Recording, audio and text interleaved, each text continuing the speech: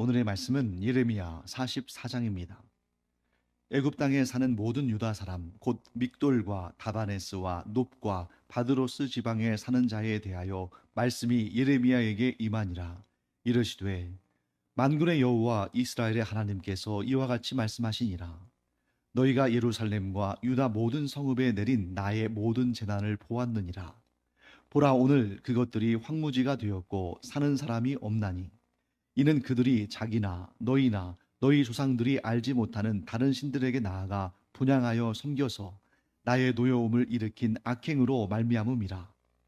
내가 나의 모든 종 선지자들을 너희에게 보내되 끊임없이 보내어 이르기를 너희는 내가 미워하는 이 가증한 일을 행하지 말라 하였으나 그들이 듣지 아니하며 귀를 기울이지 아니하고 다른 신들에게 여전히 분향하여 그들의 악에서 돌이키지 아니하였으므로 나의 분과 나의 노여움을 쏟아서 유다 성읍들과 예루살렘 거리를 불살랐더니 그것들이 오늘과 같이 폐허와 황무지가 되었느니라. 만군의 하나님 이스라엘의 하나님 여호와께서 이와 같이 말씀하셨느니라. 너희가 어찌하여 큰 악을 행하여 자기 영혼을 해하며 유다 가운데에서 너희의 남자와 여자와 아이와 젖먹는 자를 멸절하여 남은 자가 없게 하려느냐. 어찌하여 너희가 너희 손이 만든 것으로 나의 노여움을 일으켜 너희가 가서 머물러 사는 애굽 땅에서 다른 신들에게 분향함으로 끊어버림을 당하여 세계 여러 나라 가운데에서 저주와 수치거리가 되고자 하느냐. 너희가 유다 땅과 예루살렘 거리에서 행한 너희 조상들의 악행과 유다 왕들의 악행과 왕비들의 악행과 너희의 악행과 너희 아내들의 악행을 잊었느냐. 그들이 오늘까지 겸손하지 아니하며 두려워하지도 아니하고 내가 너희와 너희 조상들 앞에 세운 나의 율법과 나의 법규를 지켜 행하지 아니하느니라. 그러므로 만군의 여호와 이스라엘의 하나님께서 이와 같이 말씀하시니라. 보라, 내가 얼굴을 너희에게로 향하여 환난을 내리고 온 유다를 끊어 버릴 것이며 내가 또 애굽 땅에 머물러 살기로 고집하고 그리로 들어간 유다의 남은 자들을 처단하리니 그들이 다 멸망하여 애굽 땅에서 엎드러질 것이라. 그들이 칼과 기근에 망하되 낮은 자로부터 높은 자까지 칼과 기근에 죽어서 저주와 놀램과 조롱과 수치의 대상이 되리라. 내가 예루살렘을 벌한 것 같이 애굽 땅에 사는 자들을 칼과 기근과 전염병으로 벌하리니 애굽 땅에 들어가서 거기에 머물러 살려는 유다의 남은 자 중에 피하거나 살아남아 소원대로 돌아와서 살고자 하여 유다 땅에 돌아올 자가 없을 것이라. 도망치는 자들 외에는 돌아올 자가 없으리라 하셨느니라. 그리하여 자기 아내들이 다른 신들에게 분향하는 줄을 아는 모든 남자와 곁에 섰던 모든 여인 곧 애굽 땅 바드로스에 사는 모든 백성의 큰 무리가 예레미야에게 대답하여 이르되 내가 여호와의 이름으로 우리에게 하는 말을 우리가 듣지 아니하고 우리 입에서 낸 모든 말을 반드시 실행하여 우리가 본래 하던 것 곧 우리와 우리 선조와 우리 왕들과 우리 고관들이 유다 성읍들과 예루살렘 거리에서 하던 대로 하늘의 여왕에게 분향하고 그 앞에 전제를 드리리라.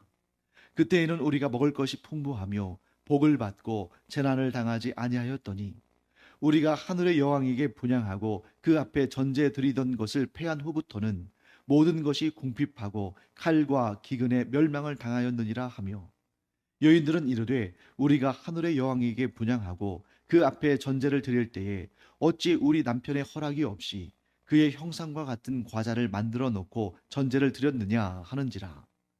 이레미야가 남녀 모든 무리 곧 이 말로 대답하는 모든 백성에게 일러 이르되 너희가 너희 선조와 너희 왕들과 고관들과 유다 땅 백성이 유다 성읍들과 예루살렘 거리에서 분향한 일을 여호와께서 기억하셨고 그의 마음에 떠오른 것이 아닌가. 여호와께서 너희 악행과 가증한 행위를 더 참을 수 없으셨으므로 너희 땅이 오늘과 같이 황폐하며 놀램과 저주거리가 되어 주민이 없게 되었나니 너희가 분향하여 여호와께 범죄하였으며 여호와의 목소리를 순종하지 아니하고 여호와의 율법과 법규와 여러 증거대로 행하지 아니하였으므로 이 재난이 오늘과 같이 너희에게 일어났느니라. 예레미야가 다시 모든 백성과 모든 여인에게 말하되 애굽 땅에서 사는 모든 유다 사람이여 여호와의 말씀을 들으라. 만군의 여호와 이스라엘의 하나님께서 이와 같이 말씀하시되 너희와 너희 아내들이 입으로 말하고 손으로 이루려 하여 이르기를 우리가 서원한 대로 반드시 이행하여 하늘의 여왕에게 분향하고 전제를 드리리라 하였은즉 너희 서원을 성취하며 너희 서원을 이행하라 하시느니라. 그러므로 애굽 땅에서 사는 모든 유다 사람이여 여호와의 말씀을 들으라.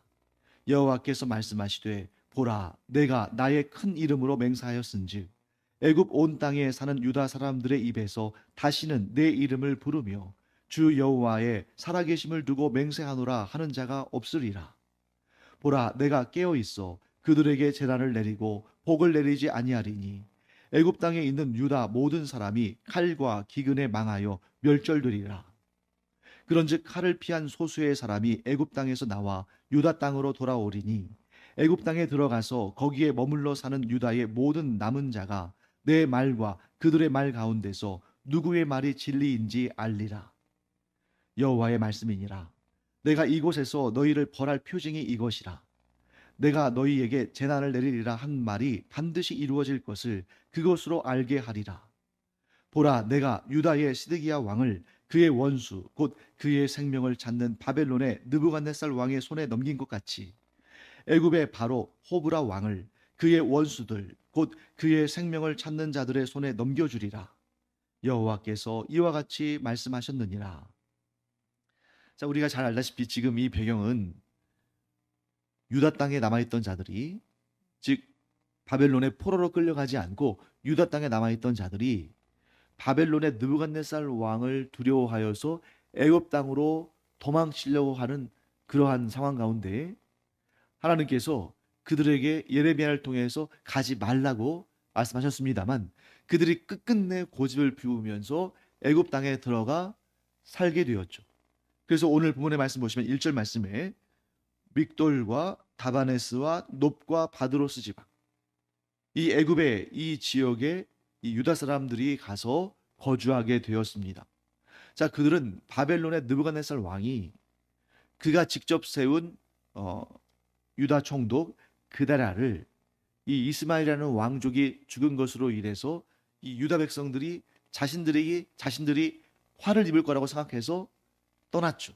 그러나 하나님은 분명히 뭐라고 하셨습니까? 예레미야를 통해서 내가 바벨론의 느부갓네살 왕의 손에서 너희를 보호하겠다. 내가 그로 하여금 바벨론의 느부갓네살 왕으로 하여금 너희를 긍휼히 여기게 하겠다 하고 말씀하셨지만 그들은 하나님의 말씀을 듣지 않고 자신들의 그 판단대로 자신들의 고집대로 애굽 땅에 들어갔습니다. 자, 그리고 하나님께서 뭐라고 말씀하시냐면 너희가 분명히 유다 땅에 일어났던 그 재난을 보지 않았느냐. 그런데 그 재난의 원인이 3절 말씀 보시면 너희나 너희 조상들이 알지 못하는 다른 신들에게 나아가 분향하여 섬겨서 나의 노여움을 일으킨 악행으로 말미암음이라. 자, 유다 땅이 하나님의 심판을 받고 멸망을 당한 것이 하나님을 섬기지 않고 그들이 우상을 섬겼기 때문인데 하나님께서 왜 이 남은 유다 사람들로 하여금 애굽 땅으로 가지 못하게 막으셨을까요? 자, 느부갓네살 왕이 그들을 공격한 것은 그들을 멸절시키기 위한 것은 아니었습니다. 그렇기 때문에 유다 땅에 얼마간의 사람들을 남겨놨잖아요. 그런데 그들이 유다 총독 그다랴의 죽음으로 말미암아 자신들이 다 죽게 될 것이라고 생각하고 애굽 땅으로 떠났는데 언뜻 보면은 그들의 생각도 일리가 있잖아요. 왜? 유다 총독을 죽인 자들을 남겨놓지 않을 테니까. 그러니까 지금 바벨론의 느부갓네살 왕은 현실적인 두려움이에요. 그런데 하나님께서 이들을 애굽 땅으로 가지 못하게 막으신 이유는 그들이 애굽 땅에 가서 어떻게 될지를 분명히 아셨기 때문입니다. 그들이 거기 가면 또 어떻게 되겠어요? 지금의 이 교훈을 다 잊어버리고 또 이 애굽 하면은 대표적인 다신교의 나라잖아요. 분명히 가서 우상들을 섬길 텐데. 자, 왜 우상들을 섬길까요? 분명히 이랬을 겁니다.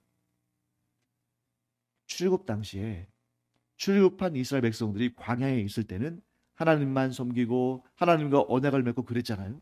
그래서 그들이 가나안 땅에 들어갑니다. 그러면 하나님께서 그들을 도우셔서 그 가나안 땅을 차지하게 하셨는데, 그런데 그들 가운데 어떤 생각이 일어나냐면, 여기 가나안 땅에 살던 사람들이 잘 먹고 잘 살던 걸 보면 이들이 섬기던 신들이 그들에게 복을 주었나 보다. 아니, 그들을 자신들의 손에 넘기신 하나님의 능력은 온데간데 없이 그 땅의 사람들이 농사를 짓고 잘 먹고 잘 사는 것을 보면서 그 땅의 우상신들을 섬기는, 왜? 그들이 그렇게 풍족한 삶을 사는 것은 그들이 섬기는 우상들이 그들에게 복을 줬다고 생각한 것이거든요. 자, 지금 이들이 느부갓네살 왕을 두려워해서 애굽 땅으로 갑니다. 그러면 그 애굽 땅은 상대적으로 안전하고 상대적으로 더 풍요로운 삶을 살고 있을 거예요. 그러면 당장에 그들 안에서 어떤 생각이 나겠습니까? 야, 우리가 하나님을 섬길 때는 우리가 바벨론의 느부갓네살 왕에게 멸망을 당하고 우리에게 남은 것이 하나도 없었는데, 여기 와서 보니까 이렇게 나라도 안전하고 이렇게 사람들이 잘 먹고 잘 사는데, 이거 이 애굽 사람들이 섬기는 그 우상들이 그들에게 복을 줘서 아니냐, 이러면서 그들이 우상을 섬기는 그 잘못된 습관을 다시 한번 나타나게 될 것을 하나님께서 아신 것입니다. 그렇게 까닭에 하나님께서 예레미야를 통해서 분명히 이렇게 경고하십니다. 유다를 멸망하게 한 이유는 이 세 가지다. 첫째, 유다 땅에서 그들이 우상 숭배를 했기 때문이다. 둘째, 내가 선지자들을 끊임없이 보냈음에도 불구하고 그들이 그 악행을 돌이키지 않고 계속해서 우상을 섬겼기 때문이다. 마지막 세 번째, 그래서 내가 예레미야를 통해서 너희에게 애굽 땅으로 가지 말라고 하지만 너희는 여전히 너희의 그 고집으로 인해서 나를 버리고 애굽 땅으로 가려고 하기 때문이다. 그렇기 때문에 내가 이 유다를 멸절하게 하겠다 라고 이렇게 말씀하시는 것이죠. 이제 하나님께서 그들에 대해서 구체적으로 그들의 잘못을 책망하십니다. 너희들이 애굽을 동경하는 이유는 너희들 안에 우상 숭배의 마음이 여전히 있기 때문이다. 그런데 여러분, 이러한 역사를 보면서 우리가 아주 흥미로운 구도를 볼 수가 있습니다. 자, 유다가 망했습니까? 망하지 않았습니까? 망했죠. 그런데 유다가 망했는데 정작 망한 그 땅에 살던 사람들은 둘 중에 하나로 흩어졌습니다. 자, 맨 먼저 유다를 멸망시킨 하나님의 도구로 쓰임받은 바벨론의 느부갓네살 왕은 그 유다 땅에 살고 있는 사람들 가운데에 좀 엘리트급 사람들을 모아서 어디로 끌고 갔어요? 바벨론으로 끌고 갔죠. 그리고 일부 사람들을 유다 땅에 남겨놨습니다. 그런데 그 유다 땅에 남은 사람들은 또 어디로 도망을 칩니까? 애굽으로. 자, 유다 땅이 멸망한 다음에 사람들이 두 부류로 나누게 됐어요. 바벨론에 끌려간 사람들, 또 애굽으로 도망친 사람들. 자, 바벨론으로 끌려간 사람들은 자기가 원해서 갔습니까? 아니면 그냥 어쩔 수 없이 끌려간 것입니까? 어쩔 수 없이 끌려간 거죠. 반면에 애굽 땅으로 간 사람들은 자신들의 고집으로 자신들이 원해서 간 것입니다. 그런데 여러분, 이 당시에는, 지금 이 본문이 쓰여질 당시에는, 지금 그 현장, 그 역사의 현재에는 장차 어떤 일이 일어날지 모르겠죠. 이 멸망한 유다 사람들 가운데 일부는 바벨론의 포로로 끌려갔고, 그들 가운데 일부는 자신들이 원하는 대로 애굽으로 도망을 쳤고, 그런데 지금 그렇게 둘로 나눈 상태, 그 상태입니다. 그런데 이 일이 어떻게 될지 아무도 몰라요. 그런데 여러분, 우리가 너무나도 감사한 것은 뭐냐면, 우리는 지금 이 예언자의 선포를 듣고 미래에 어떤 일이 일어날지 그냥 알 수 없는 그러한 시대가 아니라, 이때로부터 2500년도 훨씬 더 지난, 거의 3000년 정도로 지난, 2600년 정도 지난 그 시점에 우리가 있잖아요. 그 역사를 우리가 이미 역사에 기록된 내용들을 알고 있습니다. 자, 바벨론에 끌려간 사람들은 어떻게 됩니까? 70년 만에 하나님의 약속대로 유다 땅으로 돌아와서 무너진 성전을 회복하고 다시 살아갑니다. 반면에 애굽 땅으로 끌려갔던 사람들은 어떻게 됐을까요? 다 죽었을까요? 다 죽지는 않고 일부는 살아서 돌아왔어요.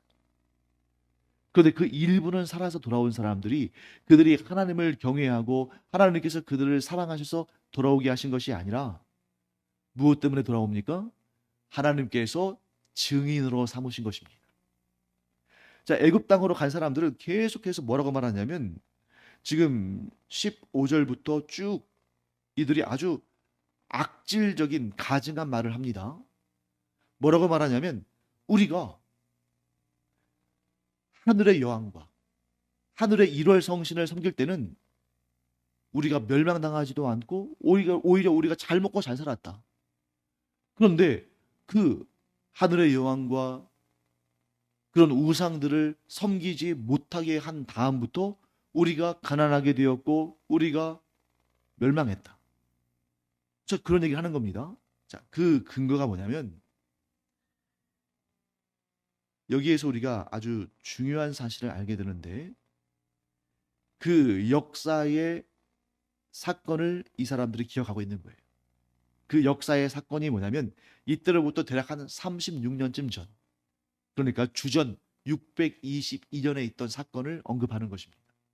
자, 주전 622년에 어떤 사건이 있었냐면 그때는 요시야 왕이 통치하던 때인데 요시야 왕, 즉 시드기야 왕, 남유다가 멸망할 때 왕인 시드기야의 아버지인 요시야 왕이 어떤 놀라운 정책을 펼쳤냐면 모든 우상을 나라 내에서 다 제거해버리는 종교 개혁을 일으켰어요.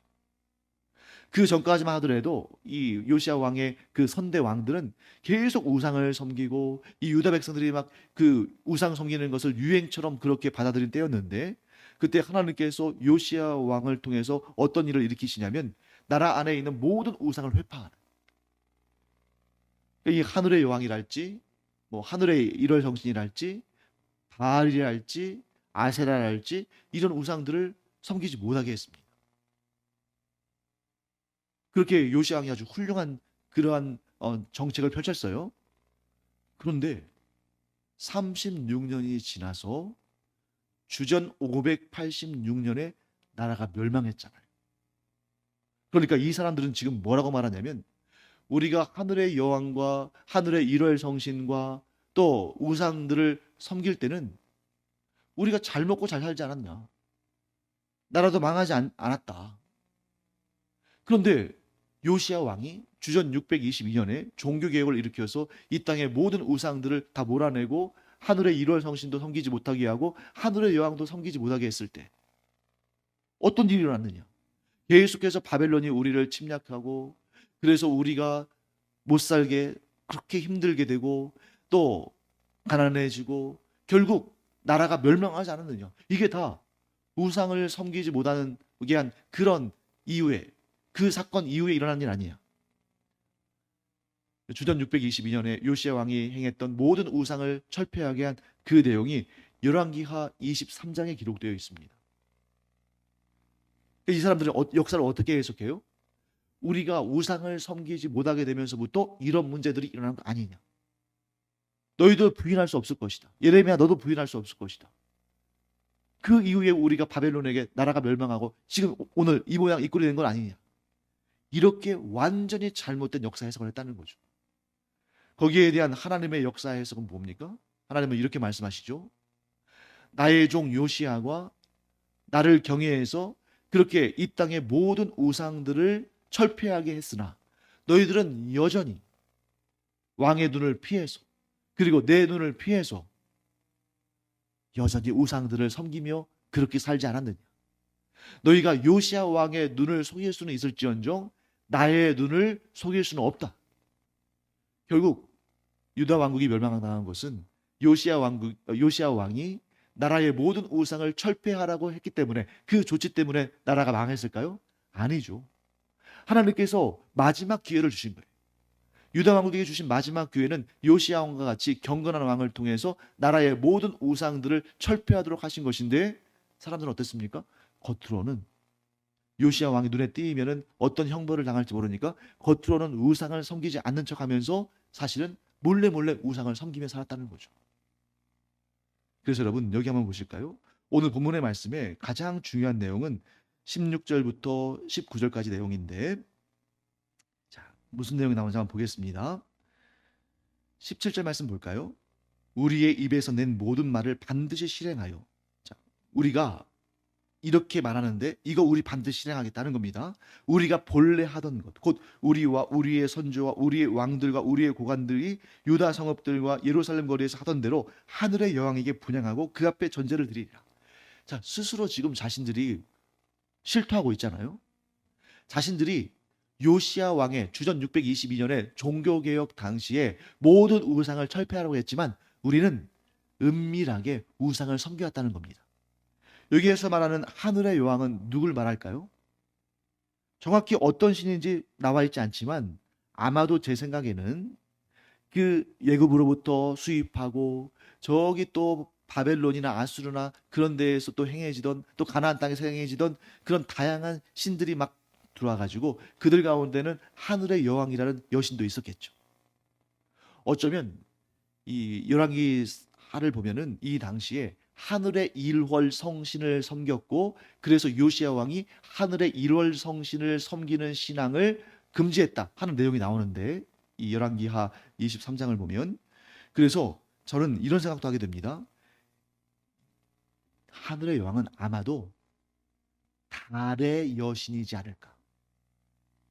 자, 하늘을 지배하는, 지금이야 우리가 태양이나 달보다 훨씬 큰 천체들이 많다는 걸 알지만, 이 고대 시대에는 하늘에서 가장 큰 천체가 뭐예요? 태양이죠. 두 번째 큰 천체는 뭡니까? 달이죠. 그러니까 하늘의 왕은 누구라고 본 거예요? 태양, 태양신. 하늘의 여왕은 누구라고 보니까 달, 달신. 그래서 지금도 여러분, 그 이슬람교 그런 모스크, 이슬람교 사원에 보면 그들은 스스로는 알라신만 섬기고 우상은 전혀 섬기지 않는다. 우리는 유일신 알라신만 섬긴다라고 말하지만 그 사원의 맨 꼭대기에 첨탑에 있는 상징물은 달입니다. 그래서 여러분들이 보면, 여러분들 보시면 뭐 튀르키예랄지 이런 그 이슬람권에 있는 국가들의 국기에서 가장 많이 눈에 띄는 상징물은 뭐예요? 달이거든요. 그래서 심지어 적십자 아시죠, 여러분? 적십자. 적십자는 빨간색 십자가를 해가지고 전 세계 어디든, 이런 예를 들면 요즘에 뭐 미얀마랄지 이런데 이런 재난이 일어난 곳은 어디든 가가지고 구호 활동을 벌이는 게 적십자 아닙니까? 그런데 그 십자가, 적십자가 이 중동 지역을 중심으로 해서 이슬람권 지역에는 적십자 길을 들고 가지 못해요. 그들은 십자가를 싫어하니까. 그럼 그들은 그렇다고 해서 그런 무슬림권 이런 데에 또 구호 활동을 안 갈 수는 없잖아요. 전 세계를 다 가니까. 어떤 길을 들고 갈까요? 적십자가 아니라 적신월. 빨간색 달 모양, 초승달 모양, 그런 것을 상징물로 가져간다는 거예요. 왜? 그들은 여전히 뭘 섬긴다는 겁니까? 사실은 달의 신을 섬긴다는 거죠. 그러니까 이슬람이 겉으로는 유일신, 왈라신만 섬기는 유일신 종교인 것처럼 말하지만 사실은 그 가나안 땅을 중심으로 해서 이 고대 근동 아시아 땅에 있는 그런 우상들을 섬기는 그 다신교와 결합된 신앙이거든요. 혼합된 신앙이에요. 그 이들이 하나님을 섬기지 않고 하늘의 태양신을 섬기고 달신을 섬기고 별신을 섬기고 그렇게 해왔다는 거죠. 자, 그런데 그들이 또 뭐라고 말합니까? 18절 말씀 보실까요? 우리가 하늘의 여왕에게 분향하고 그 앞에 전제 드리던 것을 패한 후부터는 모든 것이 궁핍하고 칼과 기근에 멸망을 당하였느니라. 자, 여기에서 하나님의 역사를 보시는 관점과 이 패역한 유다인들이 역사를 보는 관점이 이렇게도 다를 수 있을까? 자, 하나님은 뭐라고 지적하십니까? 너희가 우상 숭배를 중단하지 않았기 때문에, 너희가 내가 선지자들을 계속해서 보내면서 우상 숭배를 버리고 나에게로 돌아오라고 그렇게 경고했음에도 불구하고 너희가 끝끝내 그렇게 하지 않았기 때문에 내가 너희들에게 심판을 내렸다. 이렇게 말씀하시는 거잖아요. 근데 그들은 뭐라고 합니까? 자기들이 몰래 요시아 왕에게 들키지 않으려고 몰래 우상 숭배를 하던 그러한 행위를 싹 숨기고 우리가 하늘의 여왕에게 분양하지 못하고 우리가 그 앞에 전제드리지 못했을 때에 그때로부터 모든 것이 궁핍하고 칼과 기근과 멸망을 당하게 되지 않았느냐? 자신들의 죄를 숨기면서 아닌 것처럼 하면서 마치 하나님만 섬긴 것처럼 그렇게 거짓말을 하면서 그 모든 책임을 하나님께 떠넘기고 있는 거죠. 얼마나 이들이 패역한 자들인지를 보게 됩니다. 자, 19절 말씀 볼까요? 여인들은 이르되 우리가 하늘의 여왕에게 분향하고 그 앞에 전제를 드릴 때 어찌 우리 남편의 허락이 없이 그의 형상과 같은 과자를 만들어 놓고 전제를 드렸느냐 하는지라. 자, 그 형상과 같은 과자가 뭐겠어요? 달 모양의 전병 같은 거겠죠. 왜? 달신을 섬기니까. 하늘의 여왕을 섬기니까. 그런데 그 일을 할 때 남편들도 알았다는 겁니까? 몰랐다는 겁니까? 알았다는 거예요. 심지어 허락해줬다는 거죠. 그러면 심지어 어떻게 했겠습니까? 같이 섬겼겠죠. 너희들이 지금 손바닥으로 하늘을 가리려 하는구나. 너희가 그 여인들과 그 남편들이 은밀하게 우상을 섬기면서 겉으로는 우상을 섬기지 않는 것처럼 그러면서 이 모든 재난의 원인이 하나님께 있는 것처럼 그렇게 말하는구나 하는 것입니다. 자, 얼마나 패역한 자들이에요. 그런데 그들이 지금 또 어떻습니까? 어디로 가려고 해요? 애굽으로 가려고 하잖아요. 그들에게는 이 두 가지 개념이 있는 것입니다. 첫째, 우상 숭배가 우리를 풍요롭게 할 것이다. 둘째, 애굽이 우리를 지켜줄 것이다. 자, 이들 가운데 지금 하나님에 대한 고백은 하나도 나오지 않아요. 하나님을 잘 섬기면 우리가 풍요롭게 되고 하나님만 섬기면 하나님께서 우리를 지켜주실 것이다. 이런 고백이 아니라 우상 숭배를 해야 우리가 풍요롭게 되고 우상 숭배를 하는 애굽 땅으로 가면 애굽이 우리를 지켜줄 것이다. 하나님께서 이들에게 진노하실 수밖에 없지 않겠습니까? 자, 그럼에도 불구하고 그들 가운데 일부를 남겨서 다시 유다 땅으로 돌아오게 하시는 이유는 뭐예요? 그날에 누가 옳았는지를 증명하도록 하신 것입니다. 자, 그들이 애굽 땅에 가서 이 유다 땅으로 돌아오는 사람들이 정말 경건하고 의롭고 하나님 보시기에 바르게 선 그런 사람들 아니에요. 그들도 우상 숭배하려고, 그들도 애굽에게 의지하려고 애굽 땅에 갔습니다. 그런데 그들을 하나님께서 몇 명을 그 소수를 살리셔서 돌아오게 하신 거예요. 왜? 그들이 그 모든 걸 다 보았잖아요. 그들이 애굽 땅에서 일어난 모든 일들을 와서 증언하도록.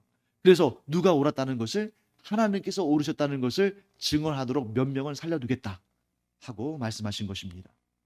자, 그 다음에 이제 마지막으로 하나님께서 내가 애굽 땅에 들어간 너희를 심판할 것임을 너희는 분명히 알아라. 그런데 여러분, 애굽 땅에 도망친 자들을 바로 그날 하나님께서 다 처단하셨다면 증거를 내세울 필요가 없겠죠. 그냥 바로 그 자리에서 죽게 되니까. 그런데 하나님께서 그것을 증거할 표징을 주시겠다라고 말씀하십니다. 왜 증거할 표징이 필요합니까? 훗날 일어날 일이니까. 그럼 왜 지금 당장 처단하시면 되시지? 왜 훗날 이 일을 일으키신가? 네. 그들의 삶의 증거들이 모이고 모이도록 하나님께서 기다리셨다가 명확하게 드러내시는 거예요.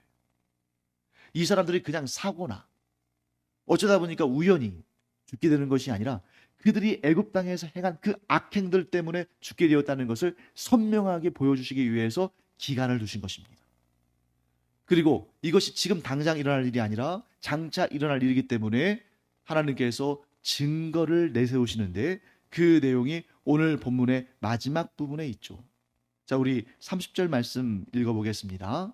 보라, 내가 유다의 시드기야 왕을 그의 원수 곧 그의 생명을 찾는 바벨론의 느부갓네살 왕의 손에 넘긴 것 같이 애굽의 바로 호브라 왕을 그의 원수들 곧 그의 생명을 찾는 자들의 손에 넘겨주리라. 여호와께서 이와 같이 말씀하셨느니라. 자, 하나님께서 무엇은 어떤 사건을 통해서 증거를 삼으시겠다고 하십니까? 애굽의 바로 호브라 왕을 그의 원수들의 손에 넘겨주겠다. 여러분, 왕이, 그것도 절대 권력을 가진 왕이, 그것도 애굽과 같이 이렇게 강한 나라의 왕이 그의 원수들의 손에 죽는 일이 자주 있는 일이겠습니까? 아주 희귀한 일이겠습니까? 아주 희귀한 일이죠. 자, 여기 나오는 바로 호브라 왕은 이 당시에 가장 강한 왕인 바벨론의 느부갓네살 왕과 대적할 만큼 강한, 그러니까 전 세계에 두 명 있는 절대 강자들 중에 한 명입니다. 그래서 느부갓네살 왕과 싸워요. 그리고 이 역사가 실제로 기록되어 있습니다. 이 호브라 왕은, 애굽의 바로 호브라 왕은 주전 589년부터 570년까지 이집트를 다스렸어요. 그러니까 지금 이 시점, 자, 바벨론의 느부갓네살 왕이 유다 왕국을 멸망시킨 해가 언제예요? 주전 586년이거든요. 그런데 호브라 왕은 주전 589년부터 570년까지 애굽을 다스렸어요. 그러니까 지금 주전 586년으로부터 그 후로 16년간 더 다스린 거죠. 10 맞나요? 586년부터 570년이니까 네, 16년이 맞죠? 예. 16년간 이집트를 다스렸어요. 그러니까 지금 당장 죽지는 않아요. 16년 후에 죽습니다. 근데 그 사이에 어떤 문제가 생기냐면 아주 강력한 왕권을 가졌는데, 그래서 이 애굽에서 아주 큰 그러한 군사적 성공을 거둔 훌륭한 왕으로 기록되어 있습니다. 그런데 주전 574년, 그러니까 유다가 망한 후 12년 후에 바벨론의 느부갓네살 왕과 전쟁을 치러요. 누가 이겼을까요? 당연히 바벨론의 느부갓네살 왕이 이겼겠죠. 그런데 그때 바로 죽는 게 아닙니다. 워낙 두 나라가 크고 강한 나라니까 느부갓네살 왕이 호브라 왕을 이겼지만 다시 본국으로 돌아가요. 그 큰 나라를 한꺼번에 차지할 수는 없거든요. 그때에 호브라 왕이 느부갓네살 왕과의 전쟁에서 패배를 했기 때문에, 그러니까 나라가 전체가 넘어갈 만한 그런 전쟁이 아니라 일부 지역에서 전쟁을 했겠죠. 그때 그 실패로 말미암아 왕권이 약화가 되고, 그때 이 호브라 왕의 군대 지휘관인 아마세스라는 장군이 반란을 일으켜서 호브라 왕을 죽이고 새로운 애굽의 바로, 즉 왕이 됩니다.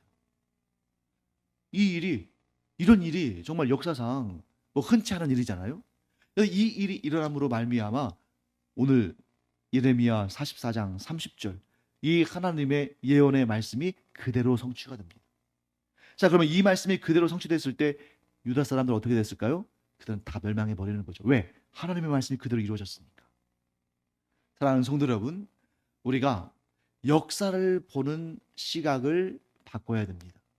왜냐하면 모든 사람들은 저마다 나름대로 자기의 관점에서 역사를 보겠죠. 하지만 우리는 역사를 보는 관점을 하나님의 시각에서 봐야 된다.